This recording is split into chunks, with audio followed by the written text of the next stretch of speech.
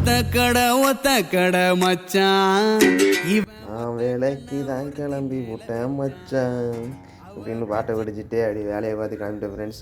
அங்கே போனீங்கன்னா இதுதான் நம்ம ஆஃபீஸு. இந்த தினமலர் பக்கத்தில் நம்ம ஆஃபீஸ் உண்டு.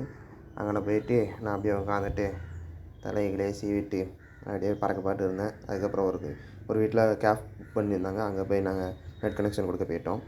அங்கே பார்த்திங்கன்னா இதான் அந்த வீடு. இந்த வீட்டு மாடியில் போய் நான் அங்கேருந்து வயர் கீழே விடுவேன். அந்த வயரை வந்து அவங்க மேலே அந்த போஸ்ட்டில் வந்து அதிலே விட்டு அந்த டிபி பாக்ஸில் கனெக்ஷன் பண்ணுவாங்க. அவங்கள பண்ண விட்டுட்டு நான் மேலே இருந்தேன்.